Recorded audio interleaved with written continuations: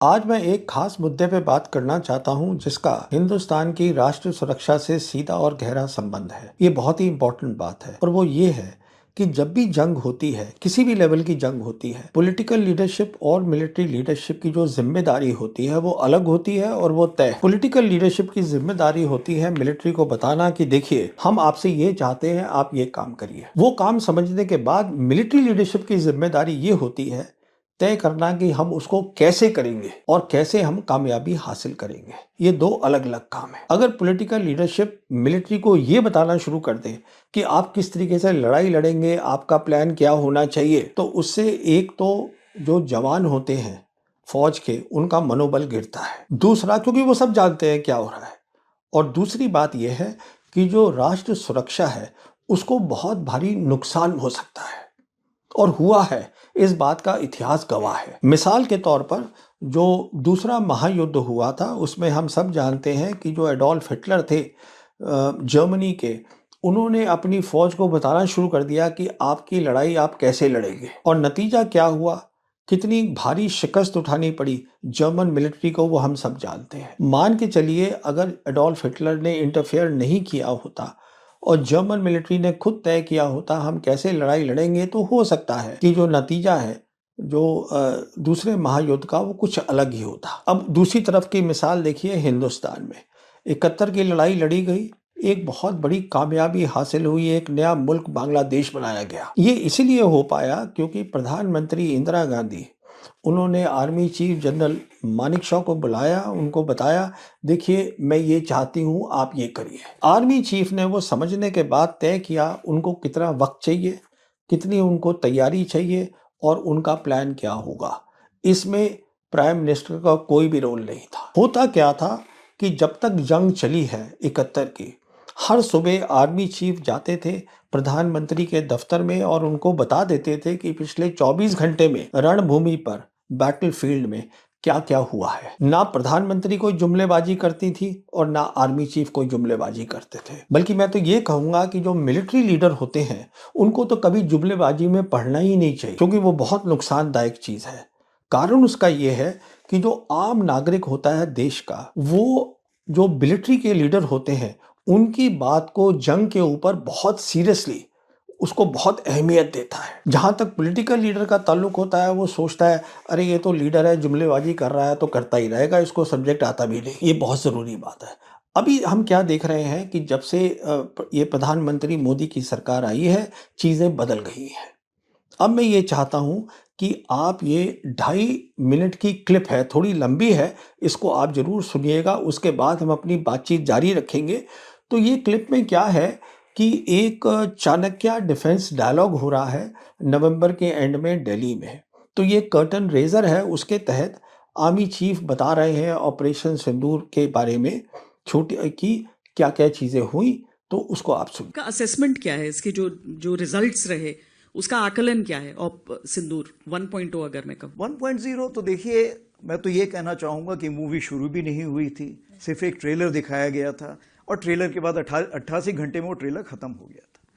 तो आगे आने वाले हालात कैसे होंगे, ये इसके बारे में हम पूरी तैयारी करके बैठे हुए हैं। और अगर कोई ऐसा हमें मौका देता है पाकिस्तान, तो हम उसको भरपूर एक शिक्षा प्रदान करना चाहेंगे उसको कि कैसे एक जिम्मेवार नेशन को अपने पड़ोसियों से बिहेव करना चाहिए। तो अगर हम एक ऑनगोइंग ऑपरेशन की बात करते हैं तो इंडियन आर्मी उन चैलेंजेस के लिए हमेशा तैयार है। देखिए, जब कोई भी ऑपरेशन होता है उससे कुछ ना कुछ हम शिक्षा ग्रहण कर सकते हैं। तो इस ऑपरेशन में भी हमने कुछ शिक्षा ग्रहण की। जैसे सबसे पहले तो हमने ये लेसन प्राप्त किया कि इसमें सबसे पहले चीज ये है कि जो डिसीजन मेकिंग है या जो आपने निर्णय लेना है उसके लिए समय बहुत कम, और निर्णय आपको हर लेवल पे लेना पड़ेगा। क्या आप यहां पर निर्णय ले और फिर नीचे पास करें, नहीं हो सकता। तो हर लेवल पे, हर स्तर पे लोगों को समय के हिसाब से तैयारी करनी पड़ेगी और एक्शन लेने पड़ेंगे, कार्रवाई करनी पड़ेगी। दूसरी चीज जो इंटीग्रेशन बोलते हैं, इंटीग्रेशन का ये मतलब है चाहे army, navy, air force, CAPF, cyber, space, कोई भी हो, उसका इंटीग्रेशन हम जितना जल्दी करेंगे उतना हम इस लड़ाई को बड़े साझे ढंग से लड़ सकेंगे। क्योंकि आज की लड़ाई जो है वो मल्टी डोमेन है। अगर मैं बोलूं सिर्फ आर्मी अकेले लड़ सकती, नहीं लड़ सकती, हम सबको मिलकर लड़ना पड़ेगा। जो सैटेलाइट है वो बताएगी कि कौन कहां पर बैठा हुआ है, और जो उसी प्रकार से जो हमारे साइबर हैं उसका ये है कि क्या मुझे एक मान लीजिए एक ड्रोन आ रहा है, तो ड्रोन के लिए क्या मुझे फायर करने की ज़रूरत है या मैं उसको इलेक्ट्रोमैग्नेटिक स्पेक्ट्रम या कहीं लेज़र से किल कर सकता हूँ। तो बहुत सारी चीज़ें हैं जो इतनी आपस में घुल मिल गई हैं कि हमें उसमें साथ में बैठ के सोच विचार करना पड़ेगा। तीसरी चीज़ ये है कि लड़ाई कितने दिन चलेगी ये आज हम नहीं बता सकते हैं। हमने तो लड़ाई तकरीबन मान लीजिए 88 घंटे में की, कल कोई 4 महीने भी चल सकती है, 4 साल चल सकती है। इस चीज़ को मद्देनजर रखते हुए क्या हमारे पास साजो सामान है उस लड़ाई को लड़ने के लिए, क्या उसके लिए शस्त्र हैं? अगर नहीं है तो उसकी हमें तैयारी करनी पड़ेगी। हमें यह देखना पड़ेगा कि हमें 4 साल की लड़ाई तक के लिए भी तैयारी। तो अब चलिए, इसमें 4 बातें उठाई गई हैं, आर्मी चीफ ने उठाई हैं, तो मैं उस पर थोड़ी सी चर्चा करना चाहूँगा। पहली बात उन्होंने ये कही है कि जो ऑपरेशन सिंदूर था, जो हम जानते हैं 88 घंटे चला, तकरीबन 4 दिन चला, वो कहते हैं ये तो ट्रेलर था, किसी फिल्म का ट्रेलर था। अगर अब पाकिस्तान ने कुछ भी हरकत करी, मतलब कि प्रॉक्सी वॉर अपनी अगर जारी रखी, तो हम जो है पूरे तैयार हैं और हम उसको ऐसा जवाब देंगे कि वो याद रखेगा। तो सवाल ये है कि ये जो ट्रेलर जिसको वो बता रहे हैं, उस ट्रेलर में हुआ क्या, चलिए वही पहले समझ लें। अब हम इसमें जानते हैं क्या हुआ कि आर्मी चीफ ने ही हमें बताया है कि इस ऑपरेशन का नाम सिंदूर ये प्रधानमंत्री ने खुद दिया था। इसका मतलब प्रधानमंत्री की डायरेक्ट इन्वॉल्वमेंट थी ऑपरेशन के अंदर, जो कभी किसी प्रधानमंत्री ने नहीं की है हिंदुस्तान के। उसके बाद हम जानते हैं कि ये ऑपरेशन इंडिया ने स्टार्ट किया। इंडियन एयरफोर्स ने मिसाइल्स भेजी टेररिस्ट इंफ्रास्ट्रक्चर पर पाकिस्तान के अंदर, और आधे घंटे के अंदर अंदर पॉलिटिकल लीडरशिप ने ये तय कर लिया कि अब हमें लड़ाई आगे नहीं कर। और ये खुद रक्षा मंत्री राजनाथ सिंह ने पार्लियामेंट में बोला है कि आधे घंटे के अंदर जो है हमारे डीजीएमओ ने उनके डीजीएमओ को कांटेक्ट किया और उसको बताया कि हम ये रोकना चाहते हैं। उन्होंने मना कर दिया, हम नहीं रोकते, क्योंकि कोई भी मिलिट्री वाला जानता है अगर आप मिसाइल दागेंगे किसी की सरहद के अंदर तो वो रिटेलिएट तो करेगा ही, वो क्यों नहीं करेगा। तो ये भी इंटरफेरेंस थी पॉलिटिकल। अच्छा, फिर हमने देखा कि इंडियन एयरफोर्स का इस्तेमाल हुआ है टेररिस्ट इंफ्रास्ट्रक्चर पे। इंडियन एयरफोर्स कभी इस्तेमाल नहीं करनी चाहिए टेररिस्ट इंफ्रास्ट्रक्चर पे, पर मोदी सरकार ने ये 2 बार करी है। ये हमने देखा बालाकोट में हुआ, ये हमने देखा अब सिंदूर में हुआ। हुआ क्या, दोनों बार में जो कमियां होती हैं लड़ाई की, इंडियन एयरफोर्स की हर सर्विस की होती हैं, वो दुश्मन को पता चली। सबसे बड़ी कमी ये पता चली कि इंडियन एयरफोर्स इलेक्ट्रॉनिक वॉरफेयर में, जो बहुत इंपॉर्टेंट चीज़ होती है लड़ाई में, उसमें कमज़ोर है। तब भी थी 2019 में और सिंदूर में भी कमज़ोर पाई। उसके बाद क्या हुआ कि इंडियन एयरफोर्स ने एयर टू एयर ऑपरेशन, जो कि खास होता है मिशन किसी भी एयरफोर्स का, उसमें हिस्सा ही नहीं लिया। तो ये भी ऑब्वियसली पॉलिटिकल डिसीजन था, और वो सोच ये रही होगी कि हम टेररिस्ट इंफ्रास्ट्रक्चर पे हम अगर मिसाइल भेज रहे हैं और दाग रहे हैं, तो एयर टू एयर ऑपरेशन का मतलब हो गया कि हम मिलिट्री टू मिलिट्री फाइट करेंगे, वो नहीं करेंगे। तो वो भी नहीं हुआ। तो कहने का मतलब ये है कि ये सब का नतीजा क्या निकला। नतीजा ये निकला, इंडियन एयरफोर्स ने तो एयर टू एयर ऑपरेशन में शायद हिस्सा लिया ही नहीं, और पाकिस्तान की जो एयरफोर्स है उन्होंने दावा कर दिया, पाकिस्तान ने दावा कर दिया कि हमने 7 फाइटर जेट इंडियन एयरक्राफ्ट के गिरा दिए हैं पहली रात को ही ऑपरेशन सिंदूर के। और उन्होंने कुछ दिनों के बाद 4 रफेल, जिसका उन्होंने दावा किया हमने गिराए, उन्होंने उसकी सबूत भी दे दिया। और फिर हमने देखा प्रेसिडेंट ट्रंप जो थे वो हर जगह जाके बोल रहे थे, 50 बार से ऊपर बोला कि मैंने सीज फायर कराया है हिंदुस्तान पाकिस्तान के बीच में, और 7 फाइटर जेट्स की बात करते रहे। और पाकिस्तान के जो प्रधानमंत्री थे उन्होंने तो यूनाइटेड नेशन में जाके बोल दिया कि हमारी एयरफोर्स ने इंडियन एयरफोर्स के 7 जेट्स को मार गिराया है। पर इंडियन साइड से उसका कोई जवाब नहीं था, कोई रिस्पॉन्स नहीं था। तो उसका नतीजा क्या निकला?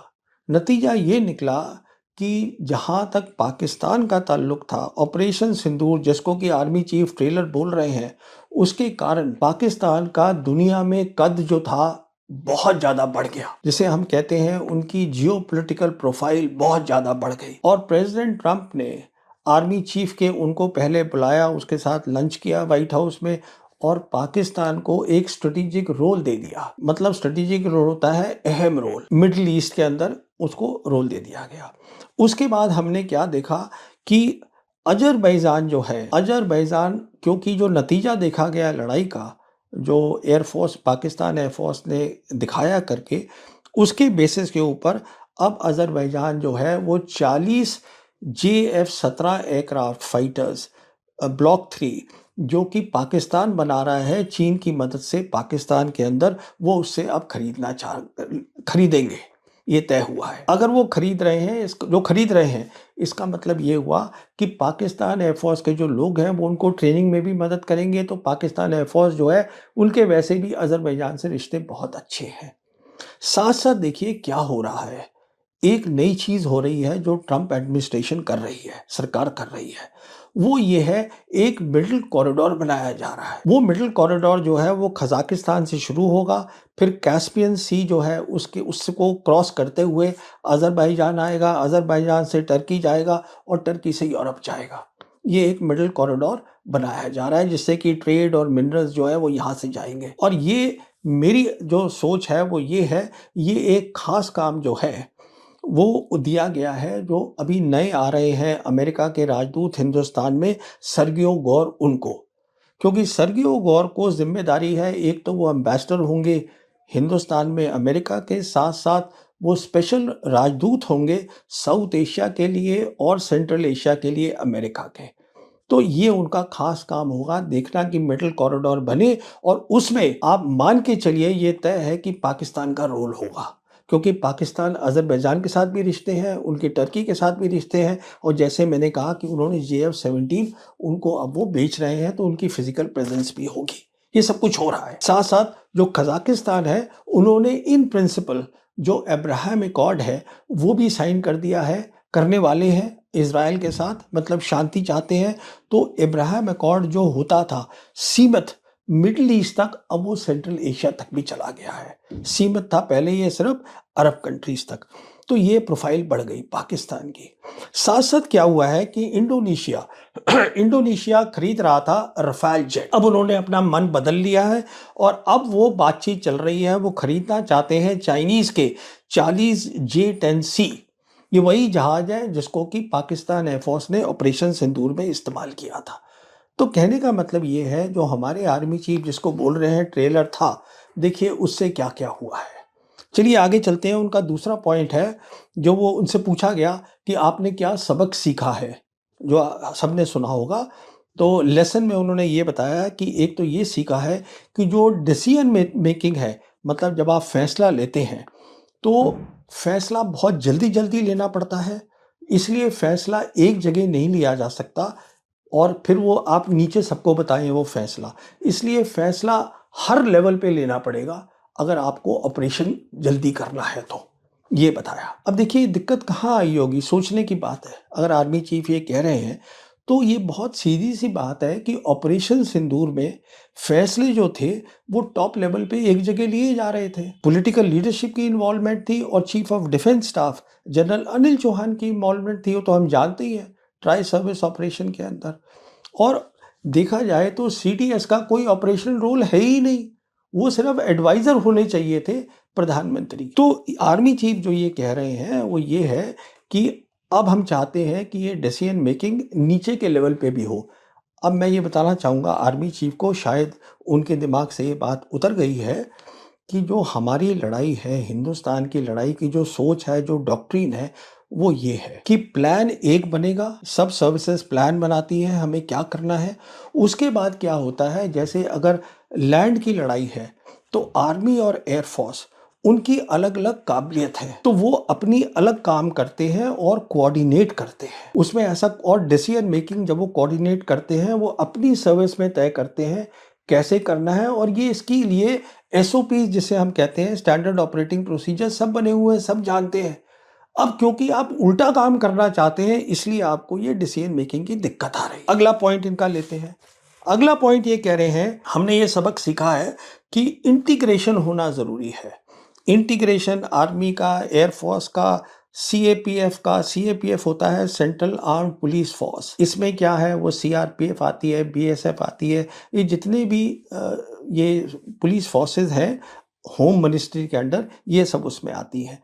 स्पेस वो कहते हैं, साइबर, ये सब होना चाहिए। इन सबको इकट्ठा रखना है क्योंकि अब वो कह रहे हैं कि इन सबको इंटीग्रेट करके लड़ाई करनी है और इसको वो बोलते हैं मल्टी डोमेन ऑपरेशंस।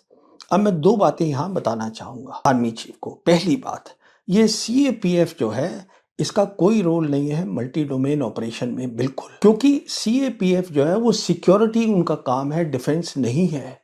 वो होम मिनिस्ट्री के अंडर में आती है। जहां तक डिफेंस का ताल्लुक है, मल्टी डोमेन ऑपरेशन डिफेंस का ऑपरेशन है। यहां पर जब आप बात कर रहे हैं इंटीग्रेशन की, तो इंटीग्रेशन एक लंबा तरीका है, एक लंबा प्रोसीजर है। मिसाल के तौर पे आपको क्या करना पड़ेगा, सबसे पहले आर्मी, एयरफोर्स, नेवी, इन तीनों को नेटवर्क करना पड़ेगा, इनके कम्युनिकेशंस लाने पड़ेंगे जो सॉलिड कम्युनिकेशंस हो। वो आपको पहली चीज चाहिए।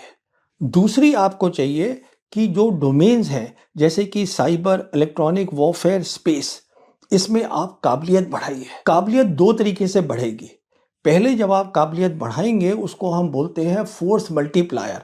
उसका मतलब ये होता है कि जैसे 3 आर्मी, एयरफोर्स, नेवी है, वो उनकी अलग अलग मदद कर रही है, उनके इजाफा कर रही है, इंक्रीज कर रही है उनकी ऑपरेशन की क्षमता को। दूसरा लेवल होता है कि जब ज़्यादा ये काबिलियत आ जाती है तो ये आप अपने अलग ही एक डोमेन बन जाती हैं लड़ाई करने की। तब ये हालत होती है कि आपके पास 4 तो हो जाती हैं फिजिकल डोमेन, जो कि लैंड, एयर, सी, नेवी और स्पेस हो गई, और 2 हो जाती हैं वर्चुअल, जो है कि साइबर और इलेक्ट्रोमैग्नेटिक स्पेक्ट्रम, जिसमें हम इलेक्ट्रॉनिक वॉरफेयर करते हैं।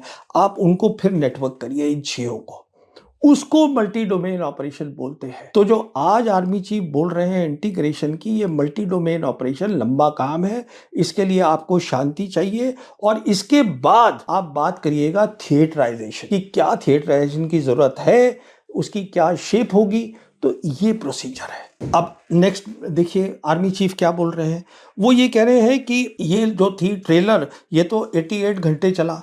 अब हम जानते नहीं है कि जब अगला ऑपरेशन सिंदूर 2 हो तो वो 4 दिन चलेगा, कितने दिन चलेगा, 4 महीने चलेगा कि 4 साल चलेगा। वो कह रहे हैं हम जानते नहीं है। इसमें बिल्कुल साफ बात है कितने दिन चलेगा, इसमें क्या जानना है आपको। और ये सिंदूर से साफ तो सामने आ चुका है। जो लड़ाई सिंदूर 2 होगी वो एक फुल स्केल वॉर होगी, जिसकी तैयारी पाकिस्तान कर रहा है, और इस पर मैं वीडियो ऑलरेडी कर चुका हूँ। वो 7 या दिन में खत्म हो जाएगी। वो डिसाइसिव वॉर होगी, उसमें फैसला होगा, और वो एक बहुत इंटेंस वॉर होगी। इसका मतलब है उसमें जो असला है वो बहुत तेजी से इस्तेमाल होगा। मैं ये सब क्यों कह रहा हूँ, वो इसलिए कह रहा हूँ कि पाकिस्तान का हमने सिंदूर में देखा, हिंदुस्तान की फौज के ऊपर तीनों एरिया में वो थोड़े बेहतर दिखे। उसका कारण उसका ये है, जहां तक स्पेस का ताल्लुक है, स्पेस का बहुत इंपॉर्टेंट रोल होता है। स्पेस का देखिए, एक तो होता है सर्विलेंस, उससे ज़्यादा क्या होता है, जब आप मिसाइल फायरिंग करते हैं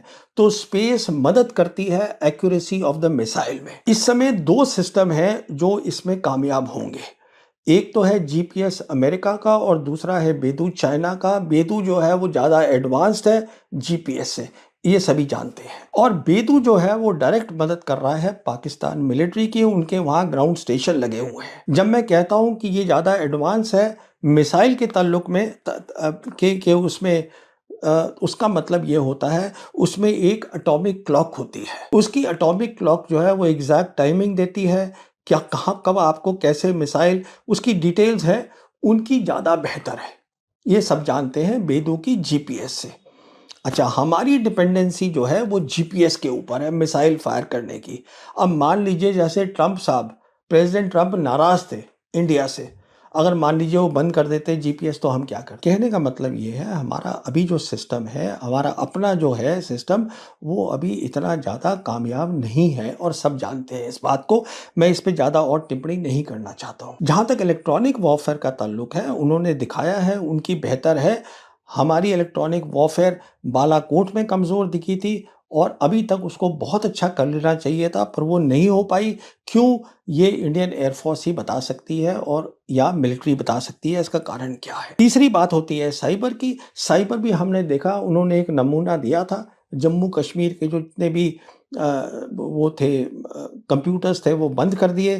तो काबिलियत है, और चीन उनकी पूरी मदद कर रहा है। आप मान के चलिए, सिंदूर 1 में चीन ने मदद करी, सिंदूर 2 में और मदद करेगा चीन, पूरी पाकिस्तान की। बिकॉज चीन आपसे लड़ाई नहीं लड़ेगा, चीन आपको समझता ही नहीं है अपने लेवल का, पर चीन ये देखेगा कि पाकिस्तान जो है वो काफ़ी अच्छा करेगा जब सिंदूर 2 होगा। इसी कारण से, क्योंकि ये इन डोमेन्स में, मैंने इनको वर्चुअल डोमेन्स बोला है, ये जो होती हैं इलेक्ट्रॉनिक वॉरफेयर, साइबर स्पेस, इसमें अगर आप अव्वल नहीं हैं, आप लड़ाई नहीं जीत सकते, क्योंकि उनके पास ये काबिलियत है, पाकिस्तान के पास, चीन ने उनकी मदद कर रही है, करा है और करती रहेगी। तो अब वो जो लड़ाई लड़ेंगे अगली जो होगी फुल स्केल, वो होगी जिसको मैं बोलता हूँ एक अलग अंदाज में, जिसको ऑपरेशनल लेवल ऑफ वॉर बोलते हैं, जो एक डिसाइसिव लेवल ऑफ वॉर होता है वहाँ पर होगी। और हमने देखा भी है, जो पाकिस्तान एयरफोर्स थी, उन्होंने जो दिखाया, नमूना दिया सिंदूर के अंदर, वो एक मल्टी डोमेन ऑपरेशन का था। मतलब बीवीआर, आप बियॉन्ड विजुअल रेंज, मतलब आप 143 किलोमीटर से आप फायर कर रहे हैं मिसाइल को, आप डॉग फाइट नहीं कर रहे हैं कि आप मतलब एक हवाई जहाज की दूसरे से लड़ाई हो रही है और दोनों पायलट एक दूसरे को देख सकते हैं, नहीं, ये एक अलग लड़ाई है। उसी तरीके से उन्होंने सिंदूर के बाद जो है, उन्होंने अब एक नई रॉकेट फोर्स खड़ी कर ली है पाकिस्तान आर्मी के अंडर, और इस पे मैं काफ़ी वीडियो कर चुका हूँ। कहने का मतलब ये है कि अब वो काबिलियत देख रहे हैं, इसमें हाइपरसोनिक मिसाइल आएंगी पाकिस्तान एयरफोर्स के अंदर, मान के चलिए 5th जनरेशन J-35 आएंगे। तो ये सब काबिलियत वो ले रहे हैं, अपनी जो उनकी खामियां हैं वो भी उसको भर रहे हैं। कहने का मतलब ये है कि एक तरफ तो वर्चुअल डोमेन्स में जो इलेक्ट्रॉनिक वॉरफेयर है, साइबर है, स्पेस है, इसमें उनकी मदद बहुत है और काफ़ी चाइना और उनकी अपनी क्षमता बहुत है। और दूसरी तरफ अब वो ये मिसाइल्स में भी जा रहे हैं, काइनेटिक फायर के अंदर, जो बहुत तेज़ से और हाइपरसोनिक स्पीड से होंगे। कहने का मतलब मैं ये है कि हमको समझना चाहिए, ये लंबी लड़ाई नहीं है, बट काबिलियत चाहिए है। अगर छोटी लड़ाई भी होगी, ये जैसे मैं कह रहा था 7 से 10 दिन से ज़्यादा की नहीं हो सकती, तो उसके अंदर भी एक इंडस्ट्रियल कॉम्प्लेक्स चाहिए, जिससे कि आपको लड़ाई लड़ने के लिए ये घबराहट ना हो कि मेरे पास एमुनिशन सिर्फ इतना है, इतना सामान है। आपके पास ये होना चाहिए कि बहुत तेज़ी से आप लड़ाई लड़ें। उसके लिए आपके पास इंडिजिनस कैपेबिलिटी चाहिए। कहने का मतलब ये है, आर्मी चीफ को सुनने के बाद कोई भी आदमी जो इन बातों को समझता है, वो समझ गया होगा कि ये जुमलेबाजी थी। अभी हिंदुस्तान की फ़ौज को तैयारी की ज़रूरत है अगली लड़ाई के लिए।